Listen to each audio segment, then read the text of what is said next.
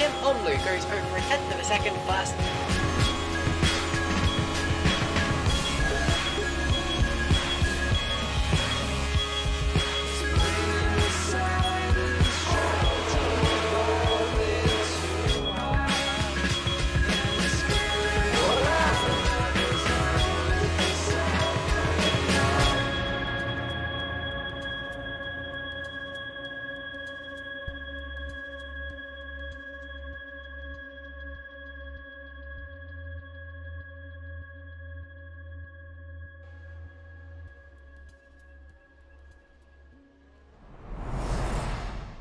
Ladies, gentlemen, and others, welcome to the final round of the Formula Trout Premier Series. That's right, it's the final round of the season. Hasn't time flown? My name's Ross McIntyre, and I'm going to be brutally honest with you. I don't have some long fancy intro plan today because I've been in the house about 20 minutes. I was not even supposed to be here. I've been at Silverstone all day for the Grand Prix, so I'm completely unprepared, so this should be fun. Alongside me is a man who's also completely unprepared, Alex Cochran. Hello, Alex, how are you doing? Yeah, hello there. Yeah, I'm not prepared myself, but it should be an exciting race as usual. And it's good to be here. Yep, as always, definitely good to be here, and especially for the final race as well. And we're better to hold a final round of a championship than here at Interlagos in Brazil. What a track, so much history in these Brazilian hills. And, well, we've got a bit of a fight on our hands today. The only remaining Trout Premier Series title that is left up for grabs is the Challenger Split Constructors Championship. And obviously, as always, we have the Challenger Split up first tonight. And, well, it's very, very close between the two contenders. We've got Bag Motorsports, consisting of the Amorim brothers, and also Woodward, who I don't think is eligible to score points because he's the third car out there. And then we've also got TC Esports. Now, TC Esports' main driver, Agnes Rositis, did win the driver's title in the last round at the Hungaroring, but isn't able to make tonight. So in his place, they've brought in Simon Benoit from the Master Split, who's a very proven driver up there. He's scored a lot of points on his own merit, so he will be looking for a very strong result. And also, to the shock of everybody, myself included, they brought in Dmitry Kamashov. Now, Dmitry is a Challenger Split regular over at Dimbob Racing. This basically hands Lioneers Racing third place in the Constructors, because Dimbob are fielding nobody today, because Kamashov, as you can see, is in the TC car. But it also means that, well, yeah, the fight is well and truly on tonight. We've just gotten underway in qualifying now. As you can see, 15 minutes and 30 seconds left to go of a regular qualifying session, unlike the sprint qualifying that I was introduced to earlier in the Formula 1, which was interesting, I'll say that much. And Kamashov putting in his first, no, this won't be his first flying lap, I don't think. No, it is his first flying lap, and he's a little bit down in the first sector for the time being. But yeah, Interlagos, and if you weren't aware, we've had a few controversies in the Discord leading up to race. And by the way, if you're not in the Discord, please do come along and join the Discord. We're a friendly bunch, we don't bite. And that's also how you get yourself lined up for a potential drive in the series if you are interested in driving. And, well, as I was saying, yeah, we had a bit of controversy in regards to track limits. And basically, you can just abuse them now, is the long and short of it. The curbs here are very, very big. You can basically run to the end of the curb. So the track limits today are not the white line, it's the curb end. So you can run 2 wheels on the curb and 2 wheels on the AstroTurf if you really wanted to, and that is perfectly legal. And you also have to 100% respect the pit entry lines when you are coming into the pits. It was different at tracks like Austria, for example, as Carter Jackson gets a bit sideways there coming down the hill. You absolutely have to 100%, if you are coming into the pits, stay within the white lines or you will get a penalty. That has just been specially mentioned to me for today. And we may also have a special guest interview from one Christoph Berzer, who's doing some race engineering for this man today, Anthony Penn. So we thought we'd get him in and having a Christian Horner style interview at some point. And we'll all be friends and happy and it'll be great. Or something like that. And also the entry list today is not too bad. As you can see, that's 12 cars out on track so far, and that's Jamie Alston in the barrier. That's not what they want in there, even though they've basically confirmed themselves third place in the Constructors. You don't want to be crashing in the pit lane, Jamie, if I am brutally honest with you. If I just go to the Premier Register in the Discord, I can tell you how many cars we're supposed to have here today. 1, 2, 3, 4, 5, 6, 7, 8, 9, 10, 11. Oh, it is 12. Okay, so it's only what you see, but everyone's set up. Oh, there's 13 apparently now. All right, we'll take it. Romain Rattel. That's not a bad opening lap. The Volpino Arctico driver, putting in a 109.799. That's pretty strong. Obviously, Giovanni Amorum currently a second, or well, about 7/10 of a second rather, up the road on anybody else. And I'm going to politely ask Alex if he can go to Giovanni's onboard so we can get that last funny message to me for the end of the season, because they've always got one on there for something. Oh no, they haven't changed it. Oh no, that may be the SimSync breaking, or it may be they haven't changed it.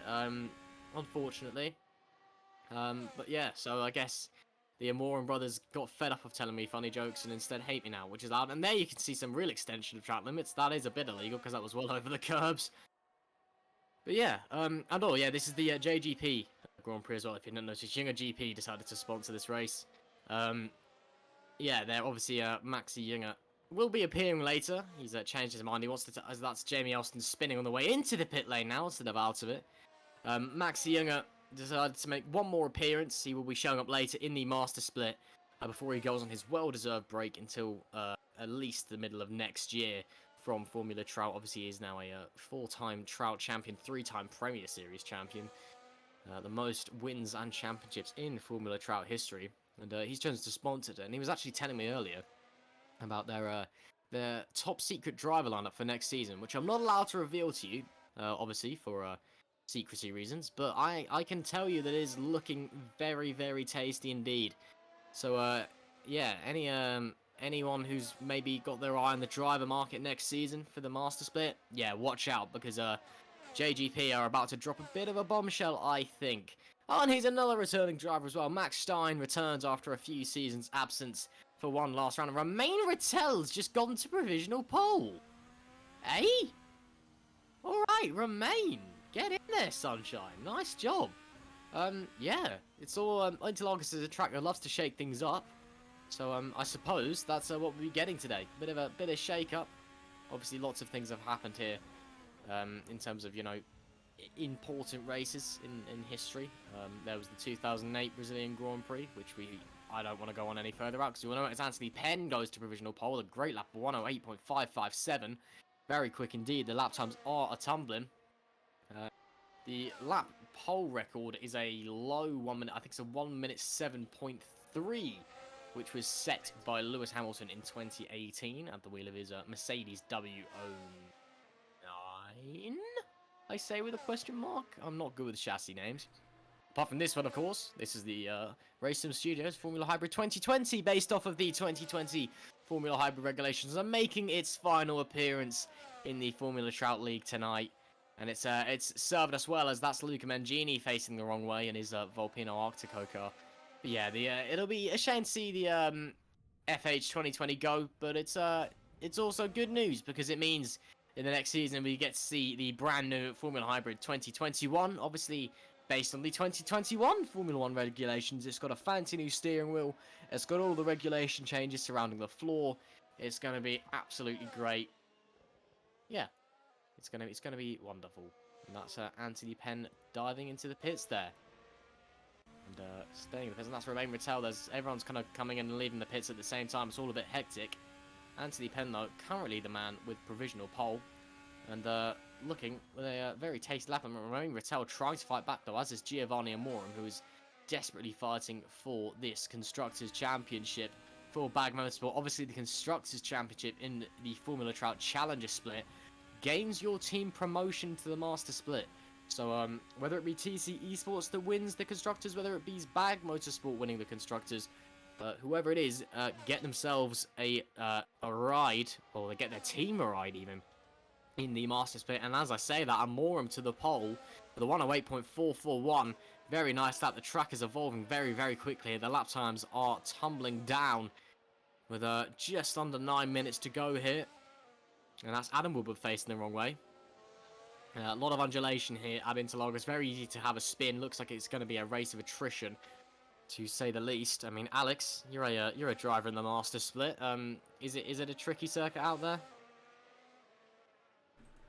Yeah, it's quite a tricky circuit. The corners are, there's a Benoit has a little slide there. As you saw there, you know, the corners are quite long. You have to be quite careful on the throttle. You have to carry a lot of speed into them. It's one of those tracks where the line you would expect doesn't exactly work. You can carry a lot more speed than you would think, and then bleed it off through the exit as opposed to trying to maximize, you know, your exit speed. So it's a really tricky track to drive. It's really good fun though. You know, one of my favorites personally. But tyres, I know, are super tough here as well. I was talking to Max Hamlink, you know, my split champion.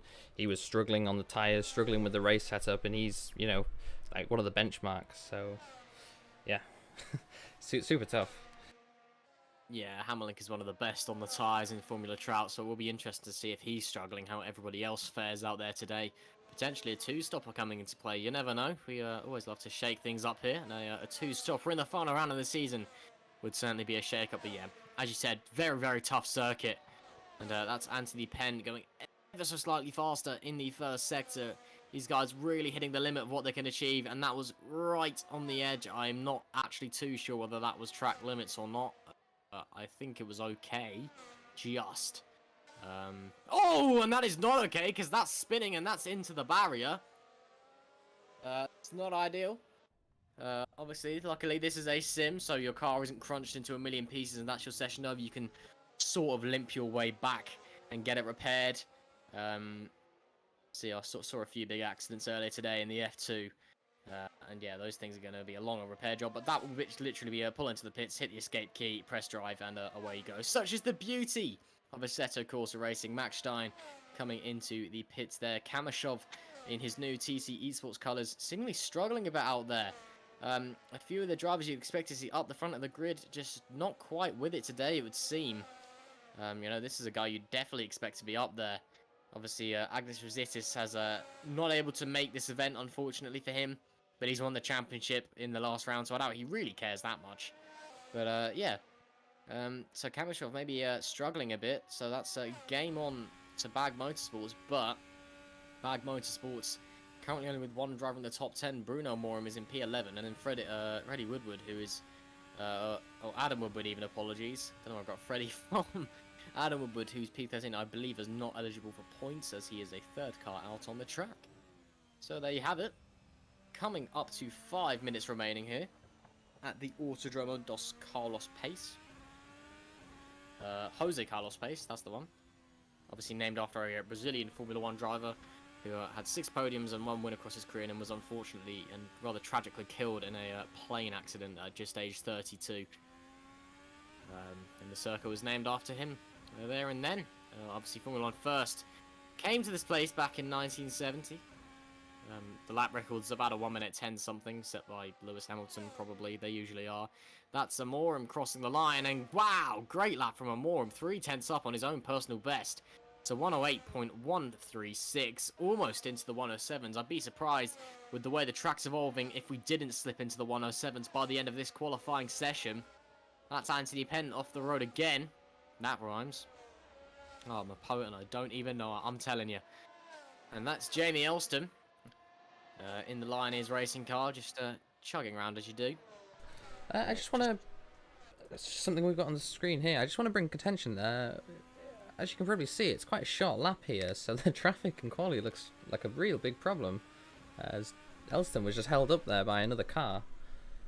With you know, it's only a 1 minute 8 lap, and with even though we've only got 13 cars on the track, you can still see it's quite hard to get a good gap. So a lot of them are quite bunched up. I hope Mangini goes wide through turn 1. Yeah, it's now you bring that to my attention, it's actually a lot of traffic, and yeah, you can see there just cars overtaking cars. So actually, track position more than anything could be the deciding factor in who gets that pole time here at the Formula Trout finale of the Premier Series, round 12 of season 7 of the Premier Series. Challenger split up first, as course, and we are here with just under 4 minutes remaining in the qualifying of the Challenger split. Then we'll obviously be followed by a race, which I will tell you how long it is when I find out in about 10-ish seconds, because again, as I said, I was not even supposed to be here. I literally walked in from the Grand Prix about an hour ago. It's 47 laps. So that's actually quite a fair few laps here. And that's Jamie Elston in the pits again. Jamie, that's like the 3rd time you've done it, man. Sort yourself out. Goodness me, Jamie Elston He can't even pull out the pits, let alone do a proper lap. Romain Rattel, wow, 108.071, great lap there. Almost into the 107s. It is very, very tight there. Have to wait and see what Giovanni Amorim can do. Romain Rattel, that was a very, very strong lap indeed. And, there's Carter Jackson, another driver you'd expect to see maybe a bit further up the grid. He's quite a quick driver, it must be said. And he's also running in a team that we have not seen for a long old time, Rising Sun Racing. Yeah, Carter Jackson. They've been absent a few rounds. And, right, sounds like a good idea. I mean, I can happily take us for an onboard lap with Elston if you want. Supposedly my onboards are quite good. So here we are, Jamie Elston into turn 1. It's downhill off camera. It's going to be very careful not to lock that inside front, but a prime overtaking opportunity as well through the center S's. Very gently on the throttle. That was nowhere near enough curb on the exit there. Jamie's losing a lot of time there. Now onto the back stretch. This is one of the DRS zones. And then you're going to be hard on the brakes at about 50 meters for this next left-hander. Don't touch that AstroTurf. You will die. And then back on the run, back up the hill into this very awkward right-hander. And then you got to be braking almost while turning and downhill into the next right-hander. Very, very tricky circuit here. Ooh, a little bit sideways from Elston into the left and then back up again. It's a very undulating circuit. And then into the right again and downhill. And then into the left again. It's still downhill, but then it's uphill again. And then there's this is that lock corner that we all know and hate. And oh, that's a car getting very sideways. I think that was I'm not sure who that was actually, but it was someone going off the road. Thomas Marshall, I believe. That's a lap with Jamie Elston anyway. It's going to be a 109. Oh, it's going to be a 110. Not a great lap at all. 110.420. And yeah, it was Thomas Marshall spinning off the road. Giovanni Amorim. Let's see if he can improve. This will be his last attempt unless he's this is actually just a very quick outlap. And I don't think it is. No, this is an outlap. I'm correct. So this will be Amorim's final attempt. Just under a minute left to go here in qualifying. He crosses the line to start his lap into turn 1. Very nice and tidy. Really aggressive over the curbs there. That is, and you can see why this is a guy who is, well, until the last race, of course, challenging for the championship. Agdefizis wraps it up last time after a very dramatic race at Hungary. And Amorim is up into Sector 2. We fly up the hill again and into the right-hander. Very, very tricky corner. You've got to turn in early enough, turn in late enough at the same time. Don't lock up the brakes or you get spat into the wall. Don't lose the rear or you get spat into the wall. Downhill, then uphill, then downhill, then uphill. Honestly, this thing's like a roller coaster. It's like almost kind of like a, well, it's not quite like a not Estoril, Portimao, apologies, but it's certainly like a Jamie Elston sets a new personal best time there, but I believe it was actually disallowed. And Amorim's lost time in the middle sector. Checkered flag comes out. This is for pole position. What's Amorim going to be able to do as he rounds the final turn? It's all about the fine margins in that final sector. And he's got it! He's into the 107s. It's a 107.906 for Giovanni Amorim. He's the first driver into the 107s. Max Stein running very slowly there. Bruno Amorim can only manage 12th. Where's Benoit going to come? Maybe Benoit will be able to challenge for pole position. Benoit, no, can't do it. Doesn't improve on his best. Where's Romain Rattel is the next question. There's Case Willems. Will Case be able to improve? Maybe. Yes, he does. Up to 5th. It's a 108.550 for Case Willems. Anthony Penn, another very quick driver. He must be able to improve, surely. Sticks it to the inside line, but no. He does go 3rd. But it's nowhere near those top 2. Max Stein, I think, has run out of fuel because he's stopped at the side of the racetrack. So that could be it for today. In qualifying, anyway. For this season. This, obviously, your last Challenger Split qualifying. Wow, Luca Mangini coming into set a 4-minute 20 lap time. He's obviously a pretty lit guy. I'm not ashamed of that pun. Yeah, I think that will be it. So it's going to be Bruno Amorim, or Giovanni Amorim, apologies. Bruno's down in 12th. Tell you what, brothers, too many people with the last name. Amorim. Giovanni Amorim takes pole position with a 107.906. Romain Rattel will line up alongside him on the grid in the Volpino Arctic. Anthony Penn will take P3, and then Simon Benoit. No, I'm sure he would not want to be that far down in P4. Then Case Willems, Max Stein, Thomas Marshall, Jamie Elston, Dmitry Kamashov, Adam Woodward will round out the top 10. Then it will be Carter Jackson, Bruno Morum, and Luca Mangini, the last car on the grid. And yeah, really not a great qualifying for TCE Sports out there. As it would stand, I believe that they would not win the Constructors. I believe the Constructors would go to Bag Motorsport. But anything can happen here in Formula Trout. And it very much usually does. Let me tell you, if we're going to talk about chaos, Interlagos and Formula Trout, two words that go together very, very nicely indeed. And that's a lovely zoomed-in bit of Interlagos. Thank you, Alex, for that. Obviously, Alex working the cams once again as well, because his PC looks rather lovely, and he's quite good at it. And he's now having a bit of a seizure, it would appear. Alex, any predictions going into this race? I'm not too sure, to be honest. I really expect better performances from Benoit and Stein. I don't know how to pronounce your name, if that's correct, sorry. But yeah, I raced Stein a lot back in Master Split, you know, Season 5, Season 6. He was always a quick driver back then, as they now go to the grid. Yeah, so I expected a lot better. And Benoit as well, he, you know, Challenger Split winner, he scored points in a Master Split a few times. So yeah, it's quite surprising to see those slightly further down the order, but I'm sure during the race they'll clearly show their experience. I'm sure they will, as we do head into the race, and yeah, that should be very interesting. I'm just going to hopefully nudge Alex and remind him to change onto the race graphic on the Twitch stream, because I suddenly got very paranoid about it for no particular reason, apart from the fact that I remembered just before I came on that I always used to forget to do it myself. There is the man on pole position. It says P4 down the bottom right. Ignore that. That's fake. Giovanni Amorim losing out on the Drivers' Championship last weekend. But looking... Oh, Max Stein disconnects. Ooh. Max Stein is disconnected from the server. And as you can see there, yeah, it's that is an empty grid slot. So not too sure what's happened there. Max Stein, though, hopefully he's going to be able to make his return. But he doesn't have much time to get back if that was a disconnect. He's only got 50 seconds until the lights go out and we get racing here at Interlagos. And no, he's back. All right. Fair play, Max. Not going to judge you. If you want to have a temperamental moment, you can have a temperamental moment. It's perfectly allowed.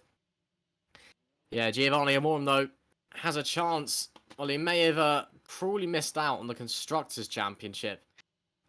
Drivers' Championship, apologies. At the Hungaroring, obviously, Agnes Rositis came away with the crown to his name. He has the ability to redeem himself here today and walk away with what could be a very tasty Constructors for Bag Motorsports himself and his brother Bruno. But what's going to happen? We're just going to have to find out. The lights are about to come on here at Interlagos.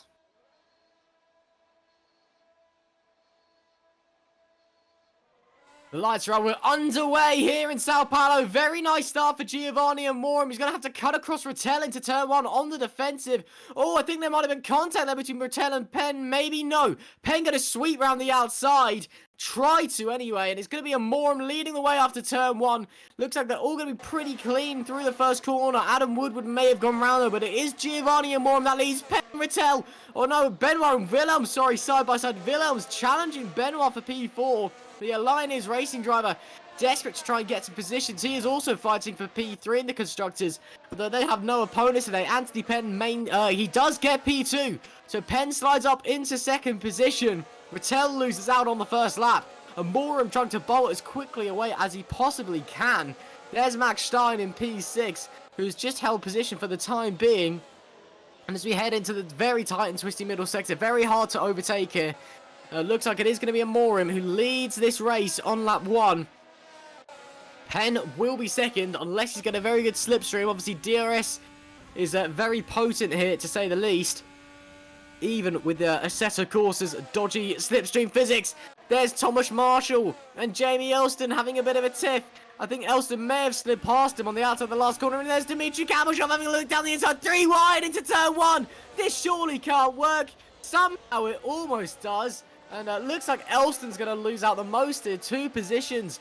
Stein's gone round as well at the exit of turn 1. It's already turning into a race of attrition with lap 2 out of 47. There's plenty of action to come your way here at the finale of the Formula Trout Premier Split. Rattel and Penn have just swapped places again. Oh, Pen's made a mistake somewhere. Yeah, Penn's going backwards. So Penn's having issues. Gets done by Willems maybe around the outside as well. Willems will get the position. Yes, he does. Willems goes through to P4, so Penn having problems. And Morim is 1.5 seconds clear. He is absolutely booking it out of here. Oh, and Penn going round again. Oh, dear Anthony. Those tyres are going to be cooked. I wouldn't be surprised if he dives into the pits very, very quickly after that. Carter Jackson gets past. Luca Mangini gets past. Penn outside of the points. Oh, Anthony Penn. Dreadful stuff for him as we go on to lap 3 of this race. Kamashov and Marshall swapping place there as well. Kamashov absolutely charging at the moment. And as despite the fact that Giovanni Amorim sets the fastest lap of the race, as it stands, if I let my maths in my head try and help me, it will be 30 points to bag. Oh, do excuse me, apologies. Standing around in a field all day watching race cars go around does get tiring. Sorry, Alex, what was that? You could say they have 30 points in the bag. You could indeed. The pun game here is strong tonight, let me tell you. So 30 points in the bag for Bag if they finish as they are. Oh, that is an accident there. That's Carter Jackson and that's Bruno Amorim round as well. Oh, that could have a big implication in the championship. That's no longer 30 points for Bag Motorsport. Just as I was saying that, Carter Jackson and Bruno Amorim.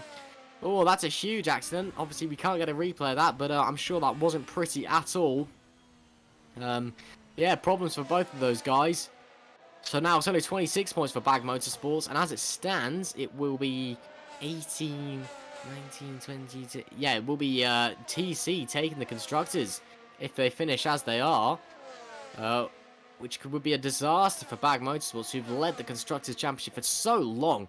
TC coming in to steal it. Benoit there with the fastest lap of the race, a 1:10.546. That is Jamie Elston to the inside of Thomas Marshall, and that is Jamie Elston taking a very, very sweet P6 there with a very simple, very textbook move up the inside into turn 1. If your caution minds back to 2006, Schumacher's overtaken Raikkonen down there. Marshall fights back through turn 4. Oh no, they both spin! They've both lost it over the AstroTurf. Oh, try not to collect anybody, please. Thank you. Mangini and Penn, I think, both get through. Oh, that could have been a lot worse than that actually was. Stein's not far off in the background as well. Oh, disaster for Marshall and Elston. But Penn and Mangini get through. Obviously, Mangini has finished on the podium this season at Portimao with a great drive. I'm sure he'd love to replicate that in his final race this season. As he heads down into the last section, you can just see how twitchy these cars are over the curbs. A lot of understeer there for Mangini, a lot of front wash. We've been joined by Maxi Junger. Hello, Maxi. Hello. You just come along to say some stuff? Yeah, I guess I'm just watching, my boys at TC, doing the race, just figuring out what we need for that championship win in terms of points. Well, I believe at the moment, as it stands, you would win because Romain Rattel's made a mistake somewhere. Well, Rattel is not racing for Bag, is he? No, he's not. But he's racing for Volpino, but he's made a mistake and lost a place, which means you get even more points. Well, we would be finishing equal now as it is, but we would you? Win. Yeah, it's 3 points difference, and Amorim has 25 from the win, Benoit 18 from second, and then Kamashov has 10. So. Oh, okay. Oh, well, again, I can't do maths, so yeah, I got the lowest score in my year. So in as my it stands, which I don't think it will finish like this. I think there will be some more stuff happening probably. There you go, Maxi Junger joining us as official mathematician for the day. Thank you very much, Maxi. Giovanni Amorim there with the fast lap. Simon Benoit now with the fast lap of 1:10.463. Alex, you were mentioning earlier that tyres are very important here. Is there going to be a point where these guys are pushing for fastest laps? Is there going to be a point where they just drop off the face of the earth, maybe? Yeah, I think it can be a... Oh, sorry, Elston just went wide at turn 1. Yeah, Jamie Elston, that's very wide up. Also off went Thomas Marshall, I think. So maybe they're possibly coming together. They're not too sure. Do please carry on, though. Yeah, the tyres here, as you said, they can kind of drop off a cliff. I heard some people testing them, and the harder tyre, the C2s, were faster almost immediately. So I don't know if maybe some drivers will take really early pit stops onto the C2s and try and run them for as long as possible. Williams has gone round P6. Oh no, Case Willems round as well. So Anthony Penn gets back past.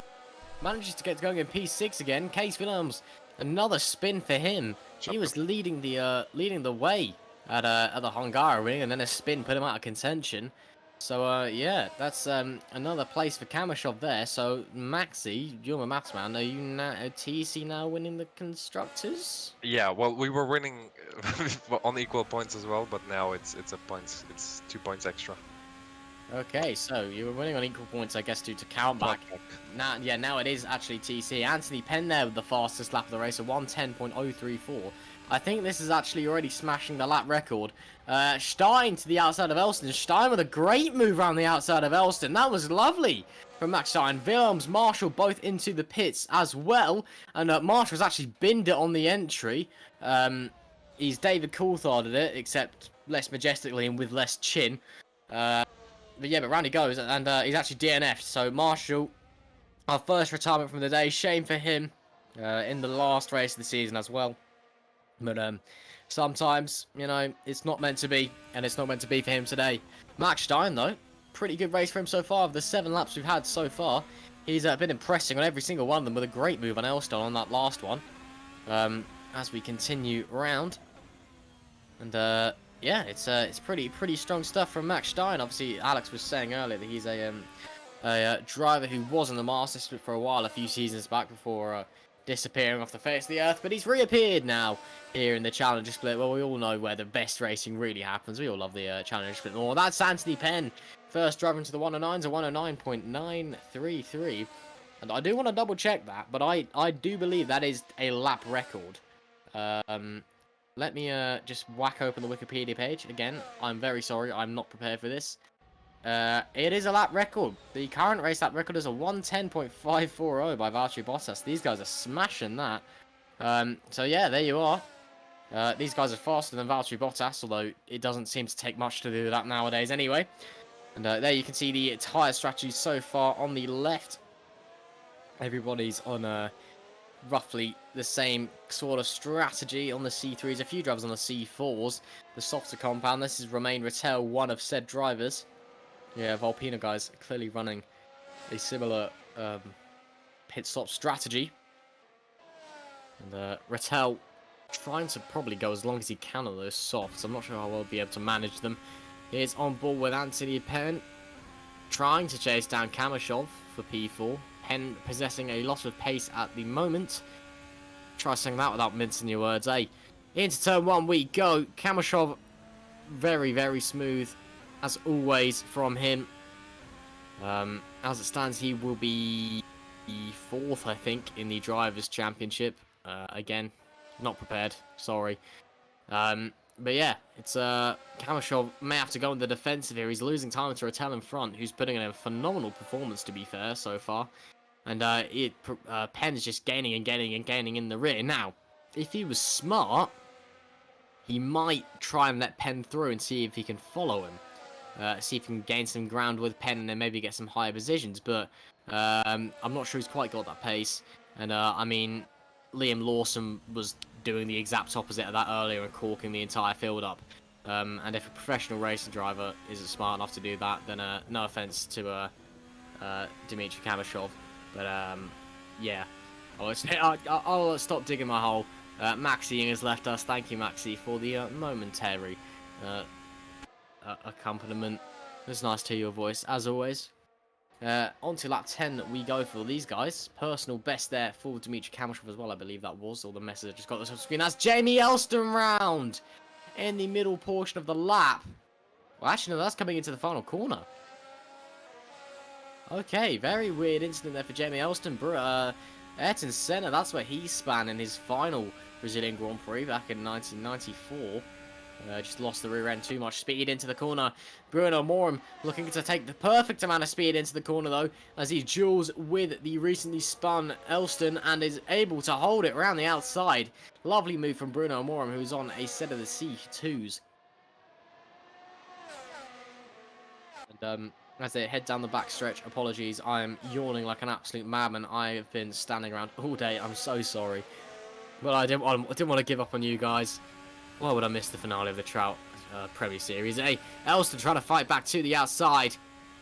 Unable to make the gap appear. Amorim just trying to make his car as wide as he physically can. Amorim there. That's the other one. Setting the fastest lap of the race there. A 109.793. So actually right now, I think they're now drawing as Wilhelms. Elston lets Wilhelms through even. Maybe? I'm not sure if that was a mistake from Elston or Wilhelms being let through. Either way, Case Wilhelms, team boss over at Lioneers, gets the upper hand and is now hunting down Amorim. Lioneers guys have had a interesting race, I'll say that much. Because it's been pretty terrible for the both of them. However, Case Wilhelms trying to rectify that down the inside into turn 1. Textbook maneuver once again. Hard on the brakes, round he goes, job's done. Bob Drunkle, Fanny Giron, unless you're in... Actually, no, ignore that. But yeah, very textbook move there from Case Wilhelms. Bruno Morin back outside the points, trying to fight back, unable to fight back. And he might be able to keep the pressure on for the time being, but that was very wide through there, and he's scrubbed a lot of front end off as well. There's Anthony Penn on the climb up the hill. Still trying to chase down Kamashov. We'll have DRS as well this lap. But it's not going to be enough, I don't think. He has a look to the inside, but won't be enough. He's going to have to try down to turn 4. That's where the moves are going to be made for him, I think. And actually, as I say that, he's lost a whole heap of time to Dmitry Kamashov, so he must have made a mistake in the mid-corner. And there's Jamie Elston trying to chase down Bruno Moore now as well. Jamie Elston desperately looking for a way past, just desperately trying to hold on.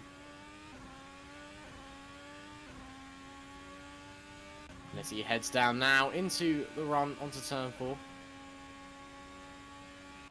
And obviously this is the finale, if you haven't heard me mentioning it 70 billion times already, of the Formula Trout Premier Series for Season 7. And the last time that we'll be using these Race Sim Studios Formula Hybrid 2020 cars. Again, Alex, you're the driver here. I'm sorry I'm kind of turning you into a bit of a Paul di Resta, Martin Brundle type character. But I'm really not one to comment on how these things drive. Are you going to miss them? Or is it no love lost when they go? I've always had a bit of a soft spot for these kind of cars. I mean, they have the quirks, but, you know, they're just relentlessly fast lap after lap. You know, the hybrid system is something to manage, something to manage with the strategy, but they are good fun to drive, good fun to race, super intense. I'm not sure myself. I think we're going to be going over to the next season, the 2021 hybrid, so little lower rear downforce, so I think this might be one of the fastest seasons a Trout will ever have. You'll probably find next season will be a little slower, so expect the lap records this season to stand for quite some time, I imagine. Yeah, I believe so. Obviously, these cars are based off of the Formula 1 regulations. Obviously, clues in the name. RSS Formula Hybrid 2020, based off the 2020 F1 regulations.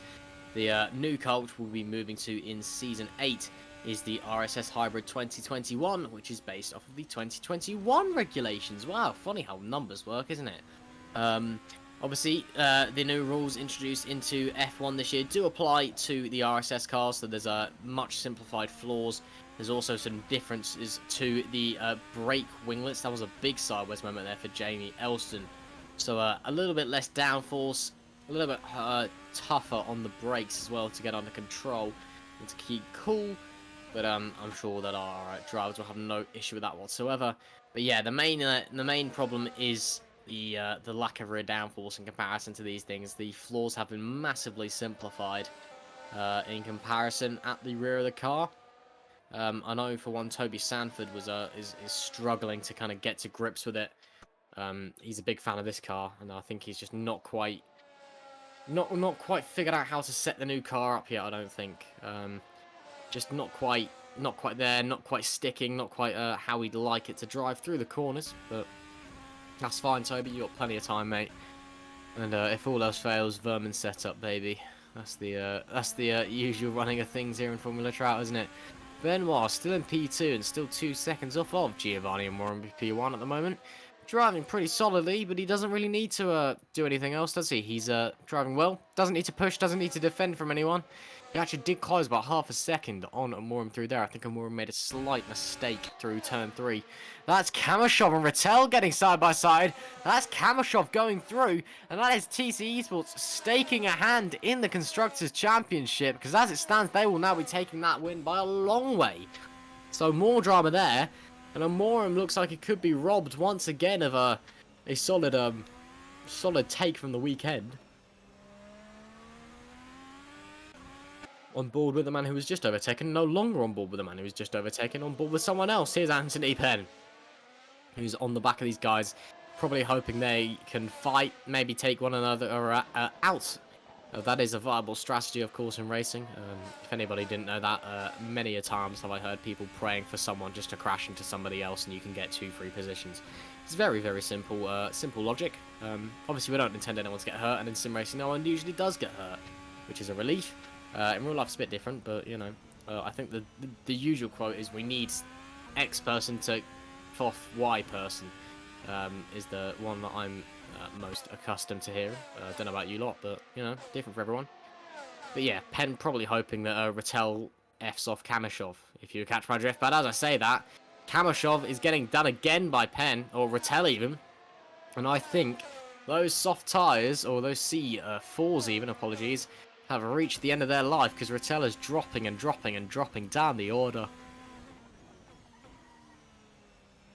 There is nothing, yeah, you can see already, just no mechanical grip in comparison to the cars in front. He needs to come into the pits soon.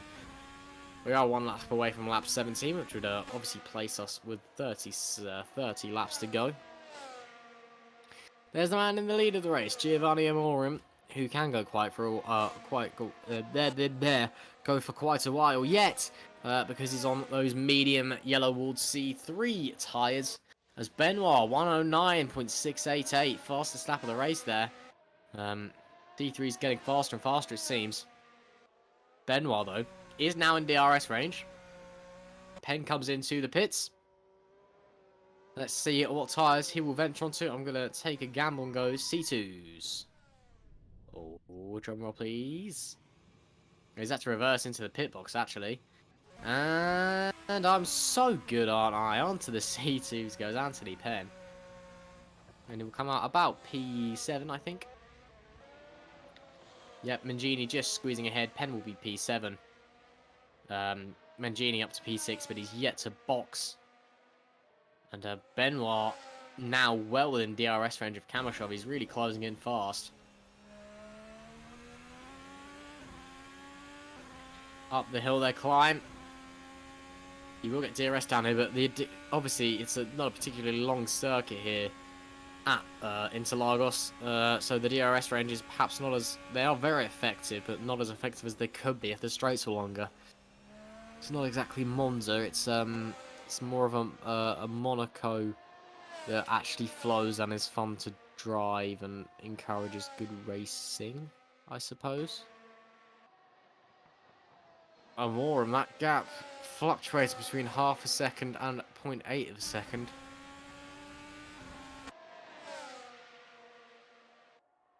And as they now bomb down into turn 1, and Penn's going to get the move done before the corner's even there. Easy peasy, lemon squeezy. Anthony Penn says, thank you, Luca. I will take P6 off of you for no charge. And he does so duly. And we'll pick up a few more points in his favour. You know what they say, points being prizes. And they certainly do in Formula 1 terms, I can say that much. On board with Simon Benoit now in P2, who is about 6/10 off of the leader, Giovanni Amorim. Gamorim, as I like to refer to him in my notes, because there's 2 Amorim brothers, obviously Giovanni and Bruno. I have no idea which one's the older one. But Giovanni has been the leading force of the pair this season. Obviously the 2 race together over at Bag Motorsports. That's Romain Rattel into the pits from P4. I'm gonna guess C2s as well, I think. Ooh, I'm good. Yeah, that was a very, very long stint on the softs from Rattel. They may have actually lost a lot of time trying to conserve those tyres. Then Genie comes in as well behind, so Volpino, Arctico going for the double stack there. And yeah, Rattel, out he comes. And there is Case Willems up to P7, not bad on his recovery drive from earlier. And Benoit a little bit further away this time than before. And that's Giovanni Amorim into the pits. So Benoit re-inherits the race lead. Amorim into the pits. He'll go on to the C2, so he bites the bullet first out of the leading pair. And he'll go on to the C2s as well, I presume. Yes, he does. No, that is Dmitry Kamashov. That is Max Stein off the road. And Romain Rattel, I think, had a sideways incident as well. Yes, he has. So Romain Rattel goes round. Anybody else want to join in this ballet? More pirouettes here than there is at the Russian Opera, I'm telling you. And Rattel DNFs! Hey! What? Okay. Rattel's out of the race. Okay, fine. Sure. I'll take it, I suppose. Stein comes in, as does Adam Woodward behind him. There is Adam Woodward, you can just see him in the distance. Stein running the very pretty Trout livery, Trout fish, which I'm not sure if we'll see the same livery on the 2021 car. So again, could be the last time we're seeing that one. Rest easy. Gonna say to my G, and then Genie DNFs now as well. What? So Volpino Arctico got from a very solid race to a double DNF in the space of about 2 laps. Disaster for them. No idea. But alright, sure. Is that Benoit coming out the pits? Yes, it is. Who's going to be the leader coming out the pits? I think it's going to be Giovanni Amorim. No, it's not. I don't know. It will be Benoit. Oh, no, they touch. What? Hey. Amorim just sent Benoit into the barriers. What? I've got no idea what's happened. Hey. Benoit and Amorim touch. I think Amorim just hit the brakes way too late. Benoit goes round into the barriers. Amorim re-inherits the lead as a result. Chaos here at Interlagos. Yeah, I have no idea what just happened there. I've certainly taken people out in the harsh before under the brakes. I was not exactly the finest driver, shall we say, but... yeah. Very, very weird incident there. Yeah, that's very bizarre, I will say.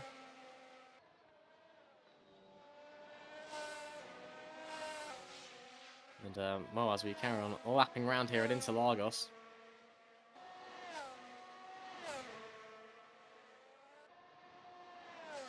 And, yeah, as we, yeah, not just still trying to mentally recover from that incident. Very weird one, but yeah, alright, sure. Whatever. It will still be TC Esports taking the title as it is anyway in the Constructors. So, that's all fine and dandy, I suppose.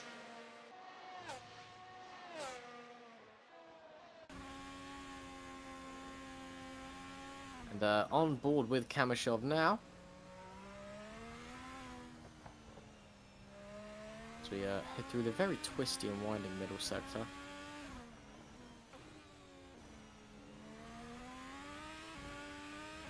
And yeah. Races are reaching that stage where everyone's kind of just in their own little bubble at the moment.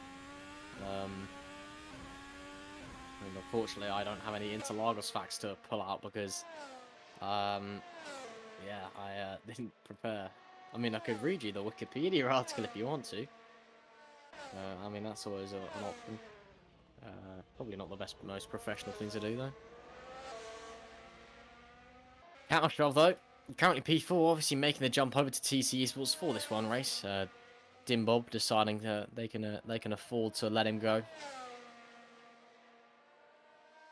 So yeah, heads around some more. There's Benoit, who's been brought down and was expected to dunk on the field. That's not exactly a quote from Alex, but it's close enough. And after being punted off, Morum was kind of streaked off into the distance. Alex, I think you got a better look at that incident than I did. Did Morum just hit the brakes too late, do you reckon? Yeah, well, I don't know. I think there might have been a slight server issue. Obviously, the Magic Sim Racing, we're all dependent on the internet. I think there might have been a slight bit of lag or something, and it just, yeah, that little contact, little misjudgment, I guess. Maybe he was slightly on the brakes, and yeah, the server issue may have compounded that. Unfortunately, we don't have any replays to take a look at it. But yeah, unfortunately for Benoit, especially as he got the undercut done, and now he's 4 seconds back. Yeah, indeed. I've actually just been informed by Maxi Younger that actually would currently be bag taking the title, because Bruno Morum's in P7, and I haven't noticed that. Yeah, Maxi, I know. I've just said that they're currently leading. I just saw it. Yeah, I was just coming into correct job. Yeah, our residential mathematician Maxi Younger, everybody, keeping me in touch with a championship that I have no idea what's going on, frankly. But yeah. Actually failed at maths, so. Yeah, well, it's yeah, currently bag ahead, but it could go either way as it stands. Still just under half the race to go, and anything can happen. We've seen a lot of chaos already so far in this race. I'm sure it's about to get even more hectic. Here is the man, though, leading the charge for Bag Motorsport, Giovanni Morum, taking pole position and having led pretty much every lap so far, I believe, apart from when he came into the pits. He's doing a decent job. Maxi, this may be a good time to speak to you now, actually. Obviously, this next race will be your last in Formula Trout for some time. How are you feeling about it? Yeah, not amazing. I'm not very at home with this car, obviously, because I haven't driven it for much of the season.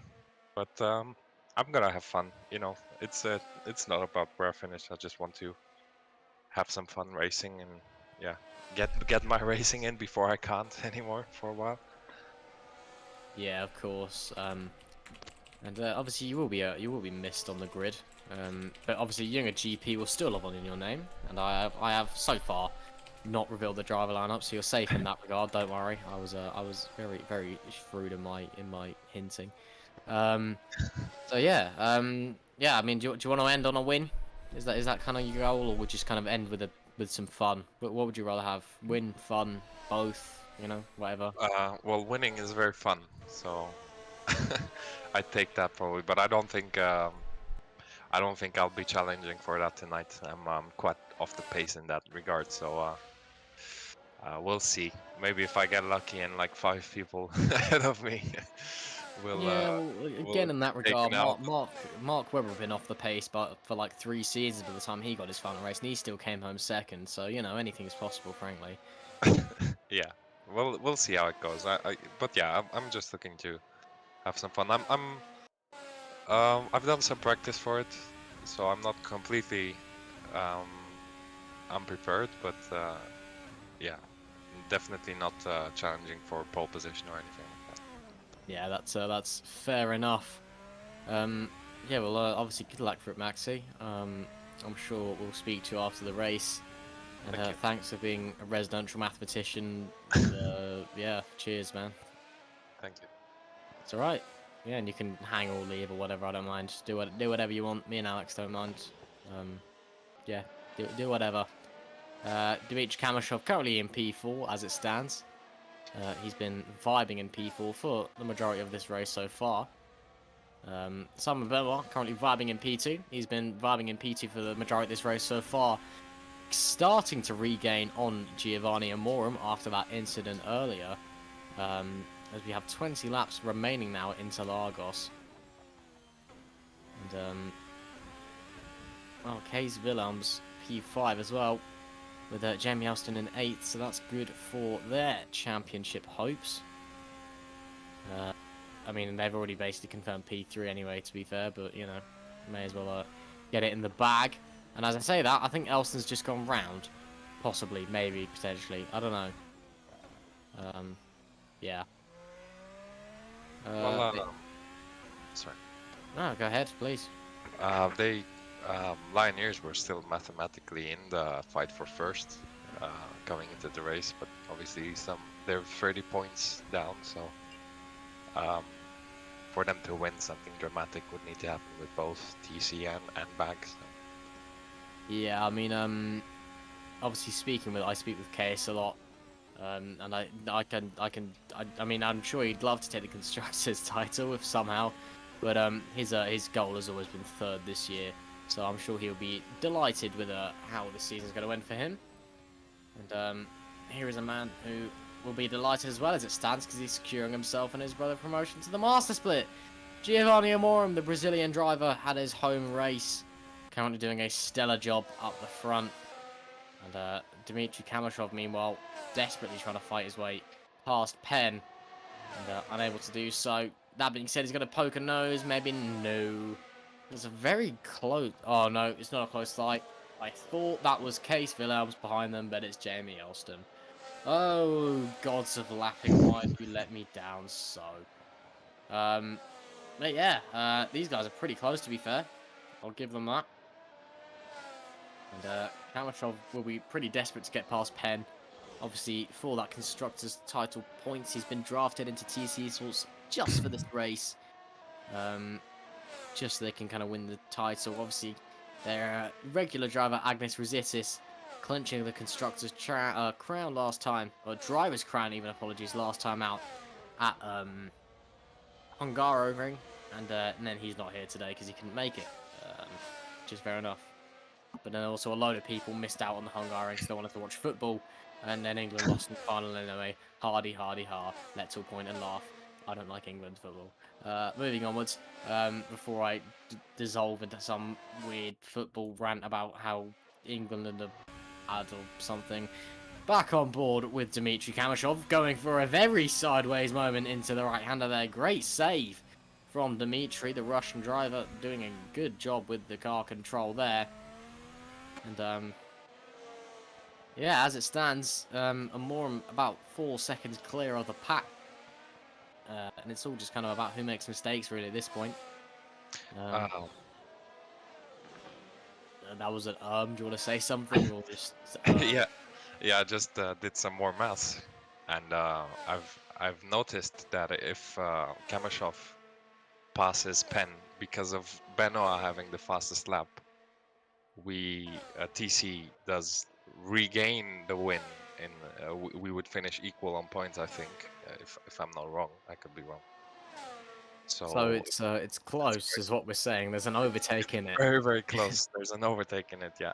This is obviously for promotion to the Master Split. There's an overtake in it. It's TC Esports or it's Bag Motorsports, and right now nobody knows what the outcome's going to be. Yeah, it is very, very tight. So we'll just have to wait and see what happens into the last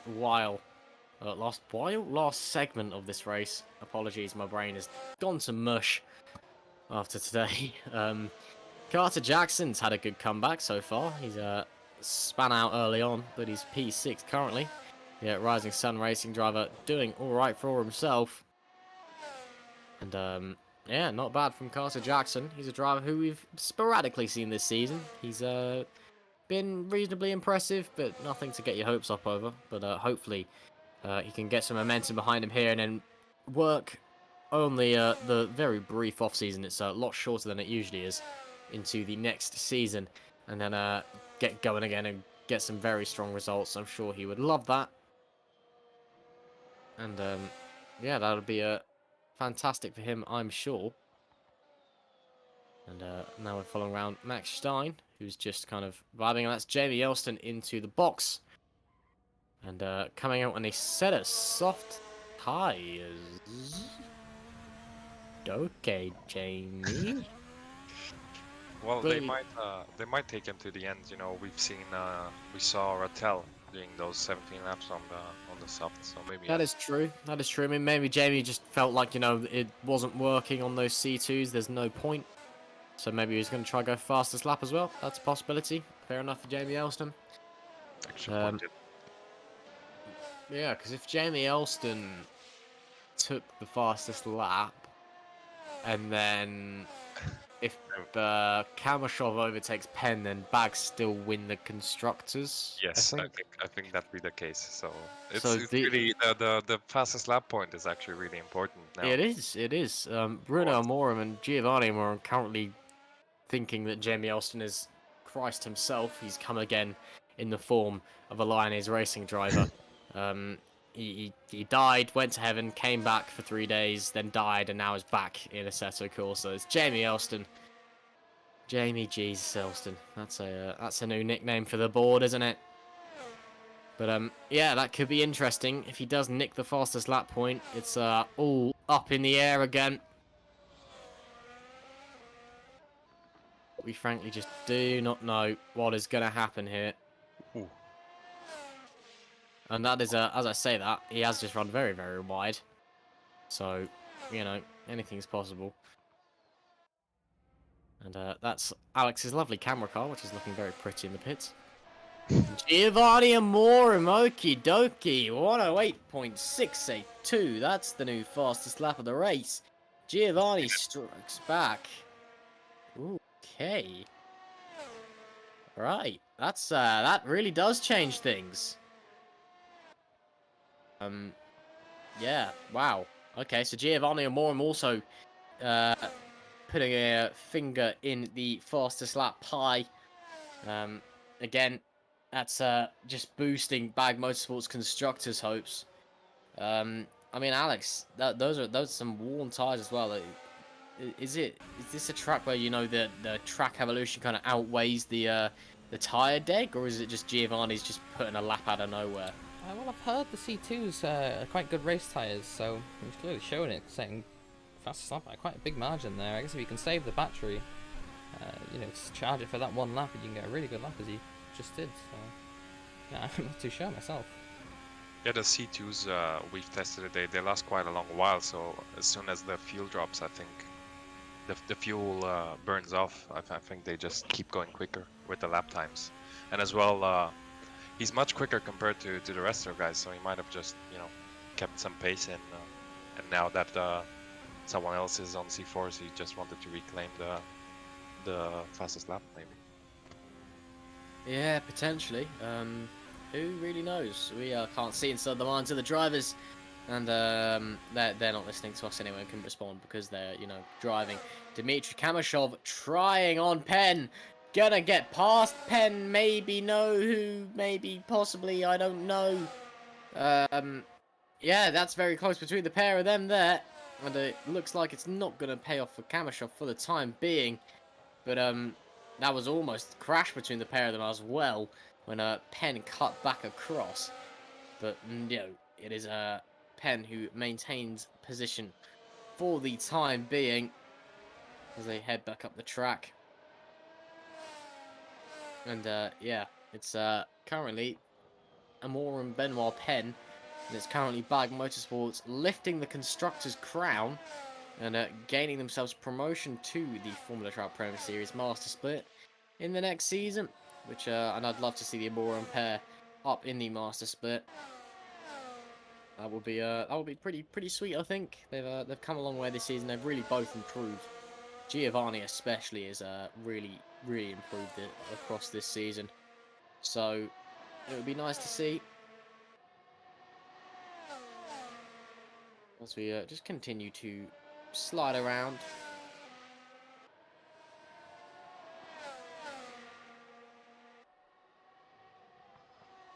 And yeah, it's just kind of one of those races where it's all gonna boil down to the last few laps, I think, in terms of what's gonna happen.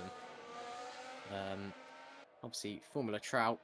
This is said many times the finale of this season, and it's also the finale of the Challenger Split, which is the kind of I guess the junior category of the pair of the Premier Series. Here, obviously, kind of this is where you kind of find the best of the best Assetto Corsa single-seater races, kind of doing what they do best, and we will be missing them for about a month and a bit. until the next series rolls around, which will be a shame, but there's plenty of things to keep you satiated in the sim racing world, I'm sure. You can co-join myself and Caitlin Penny watching GPVWC if you really wanted to. In the RF2 world. Also in the RF2 world, I think Formula Pro's getting underway at some point. With their car, which is kind of cool, I guess, and then everyone is just breaking the setup up already because it's R-Factor 2.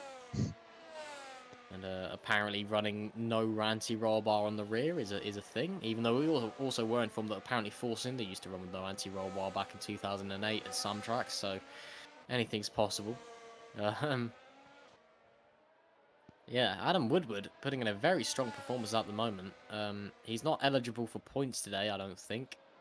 But yeah, it's pretty strong from him. P6, that would be his best result of the season, I believe. As we got 10 laps to go now here at Interlagos. Interestingly, ideally you will want them to switch around him and Morin behind, right, for that championship. So that's a weird thing. We'll see if there's team orders or anything. Potentially. Maybe the Morin brothers are more interested in fair fighting than team orders. That's also a possibility. I know they've certainly not employed them before, so they may not employ them here. And it's kind of a thing in sim racing. Obviously, in the real world, if it was an actual championship with huge amounts of money on the line, and it was in a scenario like this, you would be promptly told to absolutely get out the way, just stop, get out the car, leave them, just go, run away. Split, just yeah, just stop, stall, whatever. Just get out the way of the car behind. They have priority over you. But meanwhile, obviously, it's not exactly a big bucks championship here with millions of dollars on the line in prize money. So maybe the Imorum Scar, maybe they value good quality racing and actual performances that you've earned on merit rather than championships, which I think is a very, very honourable stance. I'm sure they're gonna love it. I mean, the winner of the constructors championship gets a photo of my trophy anyway. I'm not actually sending it to them. I've got a really cheap trophy that I'm gonna send to everyone after this season, at like the post-season award. I've just decided I've got a trophy here, and I'll make some post-season awards, and I'll send individual trophies to everybody as a photograph, because I've only got one, and I'm not sending it away because it's mine, and it's not even a good trophy, but you know, deal with it, I suppose. What would we have as post-season awards? well, I don't Alex really know. has got a trophy a few years back as a gift for some of the on-track action. So Oh, that's nice. it's been done before. Did you, Alex? It was a trophy. It wasn't exactly an award, but it was a trophy. I mean, technically it was an award if first place. I mean, a trophy's a trophy at the end of the day. Yeah, what trophies would we have? I mean, obviously we've got the drivers' champions and the constructor champions. I would obviously give you one, Max, as well for winning the sprint series. Thank you. Anytime. What else? I mean, best overtakes. Best overtakes, most improved driver. Well, I've seen the admin team discussing some awards for future seasons, maybe. Like as you mentioned, best overtakes. Kilgore was talking about best livery award of the season for the That's not design bad. and people voting for it possibly. So yeah, there's been some stuff that people have mentioned that we might be able to use in the. Yeah, and you can all get photographs of my trophy. Oh, everybody gets a photograph of your trophy, Ross. Oh, should I put a photograph of my trophy on the Discord right now? Yeah, there you go. If you're not on the Discord, do join, and you get to see a photo of my trophy. I'll put it in the general chat. Hang on, let me just boot my phone up and find the correct Discord. Only the best quality commentary here at Formula Trout. There's a gift of. Alright, I don't even know what that is. And there you go. You get a bottle of water which I nicked from the Premier garage earlier at Silverstone. You get my monitor in the background. and then you get the WinRAR trophy. There you go. The WinRAR trophy. Look at that. That is a piece of. That is majestic. That is solid gold, mate. I'm telling you. Purple carrot and all that. Alright, I will have to leave you due to briefing for the master split happening soon. So see you guys later. See you during the master race. And whoever wins this constructors well deserved. Thank you very much for joining us, Maxi. We'll see you later. Thank you. That was Maxi Younger, chief mathematician, all-round top lad, and somehow convincing me to post a trophy onto the Discord. There you are. Here's Case Willems, who's in P5 now. Good stuff from Case. He's had a topsy-turvy race, so to find himself back in the hunt is good for him. And that will be confirming his place in P3 in the constructors. Oh, I think Kamashov might just be pipping him to P3 in the drivers, unfortunately for him.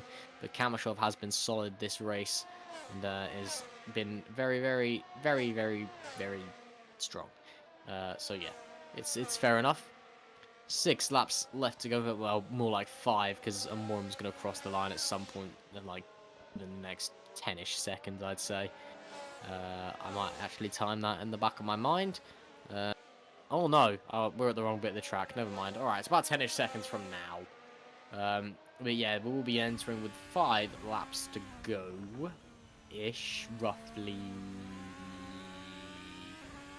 I'm gonna say now. Oh, I'm so good. I totally didn't just react to the scoreboard changing.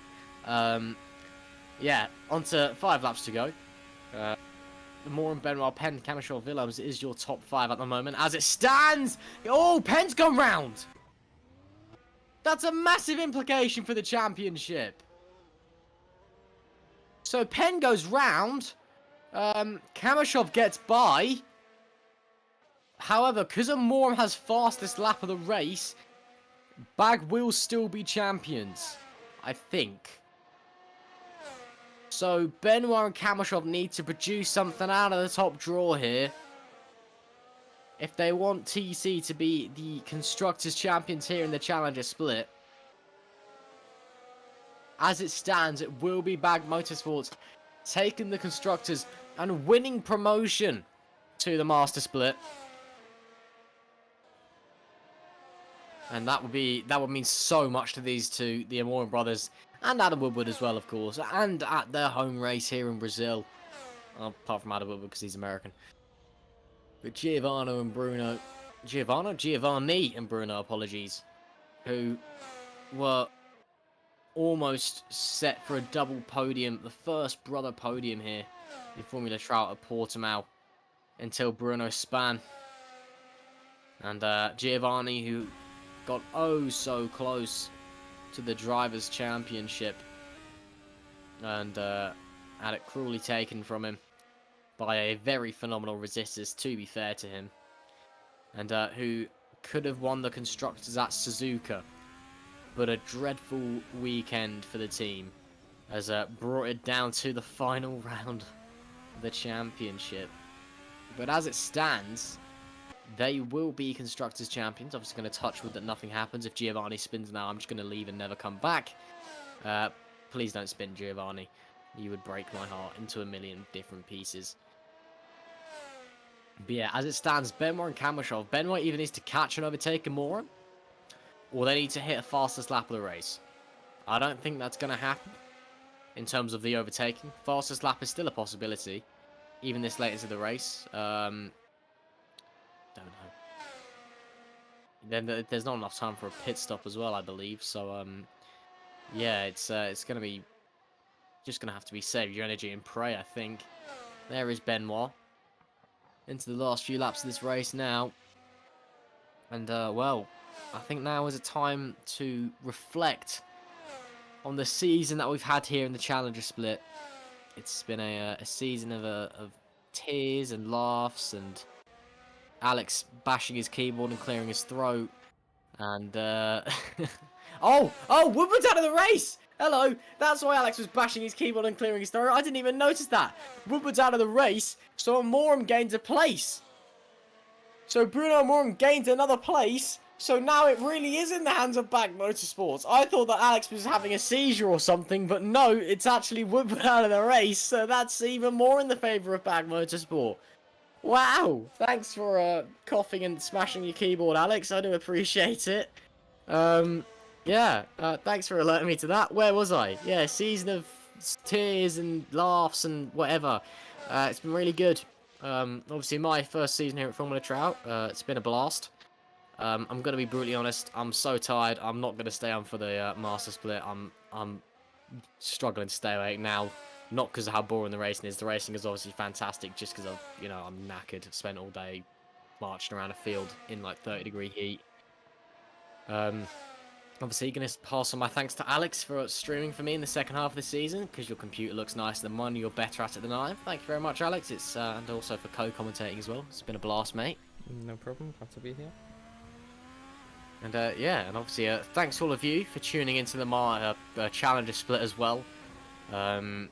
It is really a privilege to be here, and it's really a pleasure to see so many people taking an interest in what most people would dismiss as a bottom split. And as I say that, Benoit's gained massively this last lap. I don't know if Giovanni's made a mistake or Benoit's just gone absolutely ham. Absolutely pushing like crazy. But as it stands, it will be a Bag Motorsport Championship. As long as Giovanni can keep it on the road to the end. He's got 2 more laps to do so. And I will have to wait to call it until Bruno crosses the line, of course. But it's looking good right now. But yeah, it's been a wonderful season here, my first season at Trout, and it really has been a privilege, and it's been great to see everyone tuning into the challenge split, as I was saying, and taking such a keen interest in often the younger drivers, the newer drivers, often those who are less experienced, and kind of finalising their craft in single seaters in Assetto Corsa, and yeah, it's amazing how quickly it's gone by. Think about the fantastic races we've had this season. Portimao was an absolute blast. We had Turkey, which was amazing. Spa was amazing. Monza was amazing. Suzuka was amazing. Basically every race this season has just been brilliant. And I really cannot emphasize how great it's been. Silverstone was alright as well. It's just been fantastic. So thank you all for tuning in to the Challenger Split every week, or every 2 weeks even. It's been great. So thank you. Just been told Alan Woodward actually had a game crash. Unfortunate for him. But we're on the final lap of the race now anyway. And it's all said and done. I think Giovanni Amorim is set to win this race. But frankly, he's got half a lap to go, and Amorim will be capping off the season with a win, and it won't be a Drivers' Championship for Amorim, which he would have so desperately wanted, but it is still a season that the Brazilian can be proud of, and he's going to cap it off with a very resounding victory at his home Grand Prix for the final time this season in the Formula Trout Premier Series Challenger Split. It's going to be Giovanni Amorim crossing the line to win the finale here at Brazil. And now we wait. He spins out in delight. Benoit second. Kamashov will be third. Podium rounded out. TC Esports have done everything they can. There's Anthony Penn. Where is Bruno Amorim? There's Case Willems. There is and Case, I think, will be taking home P3 for Lioneers Racing in the Constructors, which is great for him, great for Lioneers. Fantastic stuff, and yep, you can tell he's delighted as well. But Bruno Amorim behind is going to cross the line, and he is going to win Bag Motorsports, the Constructors' crown! Come on! It's going to be Bag Motorsports making their way to the Master Split next season. And what a story that is. At their home race. And the crowd are loving this, I'm sure. Donuts from all the drivers. What a scene that is. It is Bagged Motorsport that progress up into the Master Split. And there they are, the two brothers. And they are so delighted, you can tell, at their home race. That is absolutely fantastic for the pair of them. And it is well deserved as well. They've been so strong all season. And they will be in the Master Split next season. Oh, great stuff for the Amorim brothers. Donuts all round. Giovanni Amorim caps off a brilliant season with that. It wasn't quite a championship win. But I tell you what, a Constructors and a win at your home race with a very respectable season, that is something you can be very, very proud of. On Bagged Motorsport, wow, just wow. Take a bow, guys. What a season they've had. And that is such a well-deserved promotion into the Master Split. Oh. And, well, now, we're going to get the man in himself. It's Giovanni. Giovanni, a home Grand Prix win. It's the finale, you've won it. And most importantly, you've won the Constructors' Championship. You're going to the Master Split next season. How does that feel? Oh yeah, it feels pretty cool. It was a pretty good race. I think I definitely could have done a little better, but I think as Simon came out of the pits, I was coming up behind him, and I guess I had some lag or something, because all of a sudden he just his car just jumped backwards, and I hit him. So I don't know if he might report that or something. Well, even if he did, I still think that you would be Constructors champions, so I think you're fine in that regard. But yeah, Master Split next season. Bit of a daunting opportunity. I assume you're going to be taking that with full force and just trying the best you can. Yeah, I'm definitely looking forward to it. It's gonna be a lot tougher. I probably won't be fighting nearly as much as at the top. Yeah, I'm looking forward to that because I think that would be pretty fun. Well, it'll be fun to watch along as well. Thank you, Giovanni. Great performance, great season, just great. Thank you, man, and congratulations. Thank you, and thanks for commenting. Oh, it's no worries, as always. That was Giovanni Amorim going to the Master Split next season. He sounded very happy indeed. And now, of course, who else would it be? Case Willems, Case, mate. I think you've just secured Lioneer's third in the Constructors with the P5 result as well in the finale. That must feel pretty nice. Yeah, first of all, good to see you. I thought you had something, but I just noticed you I'm back. were I'm back on time. Yeah, I came back just for you, mate. Just for you. That's awesome. Yeah, the race was pretty decent. I unfortunately had my spin though. So I could have gotten maybe third in drivers as well, but unfortunately I had my spin. So I had a pretty decent recovery. I made the C2s less until the end of the race, something I didn't expect myself. But yeah, all around it was a pretty decent race and a pretty amazing season. Unbelievably happy with my P3 in Constructors. We're going to be celebrating that for sure. Yeah, I mean, I remember you saying that P3 was your goal in the Constructors, and that's great for you. And then obviously, I've seen the sneak peek of your upcoming Formula Hybrid 2021 car, which looks very nice. Are you maybe thinking to maybe finish a little bit higher in the Constructors with that one? Well, I'm hoping to be a bigger challenge, not only as myself, but also as a team. We're going to be dropping some pretty big news, hopefully sometime soon. And I think the next season is only going to get better for us. Well, thank you very much, Case. As always, it's great to hear you again. And yeah, I'm sure I'll speak to you soon. Thank you very much, mate. Great performance, great season, great result. Thank you. Until next season. Thanks for commentating. Next season. Thank you, man. And that was Case Films, and that's it, pretty much. Again, thank you to Alex for coming along, streaming and co-commentating. It's been a blast, mate. Yep, good fun. Great race. Well-deserved Bagged Motorsports. Yeah, exciting for next season. Yeah, so am I. Again, thank you very much for coming and tuning into the Challenger Split. It's been a pleasure, and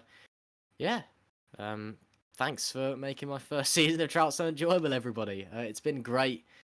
We'll definitely see you next time. Thank you very much, and take care.